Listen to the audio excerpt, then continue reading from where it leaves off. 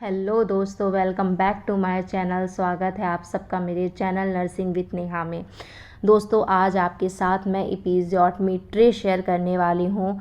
सबसे पहले दोस्तों मैं बता दूँ कि एपिज़ोटमी को एक और नाम से भी जानते हैं, वो है पेरिनियोटॉमी। सबसे पहला क्वेश्चन दोस्तों अराइज होता है कि एपिज़ोटमी क्या है।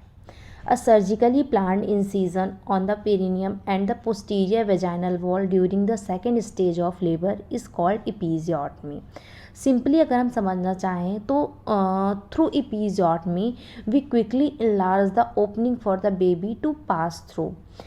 There are 4 types of episiotomy: mediolateral, median, lateral and J shaped.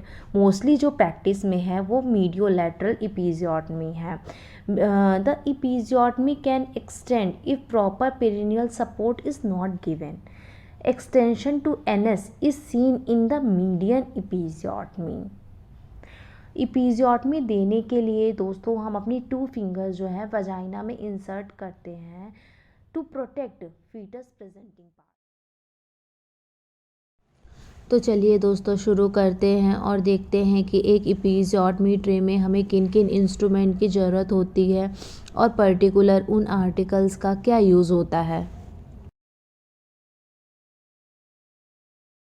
एपिज़ोटमी देने से पहले लोकल एनेस्थीसिया की सहायता से पेरिनियम एंड वेजाइनल ओपनिंग को नम कर दिया जाता है, जिसके लिए हम ज़ैलोकेन 2% का यूज़ करते हैं। 10 ml की सिरिंज का यूज़ ज़ैलोकेन को इंजेक्ट करने के लिए किया जाता है, जिसमें 22 गेज की निडल होती है। एज अ लोडिंग निडल हम 18 गेज की निडल का यूज़ करते हैं। एज अ सूचर मटेरियल हम क्रोमिक कैटगट 10 का यूज़ करते हैं, जो 2 to 3 वीक्स में नेचुरली एब्जॉर्ब हो जाता है।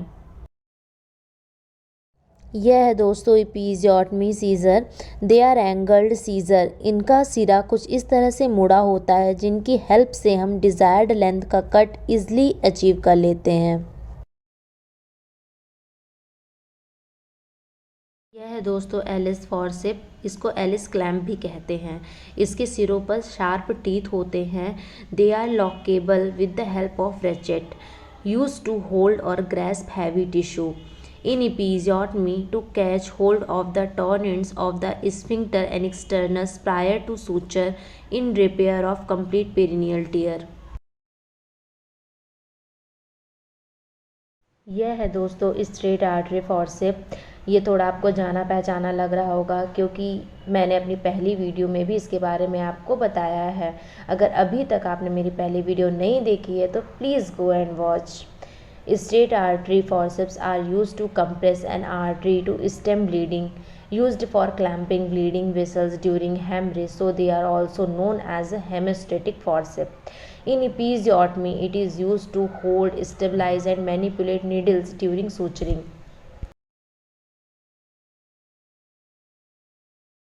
यह है दोस्तों निडल होल्डर। जो निडल होल्डर का सिरा होता है उसे jaws of the needle holder कहते हैं। If you look inside the jaws of the needle holder, you notice the crisscross serration and a small groove for the firm grasp of the curved needle. According to its name, it is used to hold a suturing needle, prevent the needle from slipping.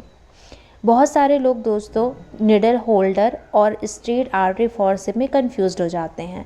तो इसकी पहचान करने के लिए हमारे पास एक simple सा तरीका है। जो निडल होल्डर होता है उसका सिरा, जो जॉ है उसका सिरा चौड़ा और छोटा होता है, जबकि स्ट्रेट आर्टरी फॉरसेप का सिरा लंबा और सकरा होता है। This is called thumb forceps. It is used to hold tissue in place when applying suture and grasping, holding or manipulating body tissue. इसे हम अपने थंब और इंडेक्स फिंगर के बीच पेन की तरह होल्ड करते हैं। यह है Edison tooth forcep. It is used to hold delicate tissue in place, firmly grasp the skin and fascia without crushing the tissue. सिरों पर आप देख सकते हैं कि नुकीले दांत जैसे स्ट्रक्चर प्रेजेंट हैं।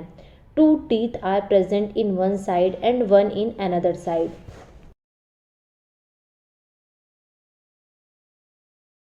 This is sponge holding forceps. I explained about it in my previous video.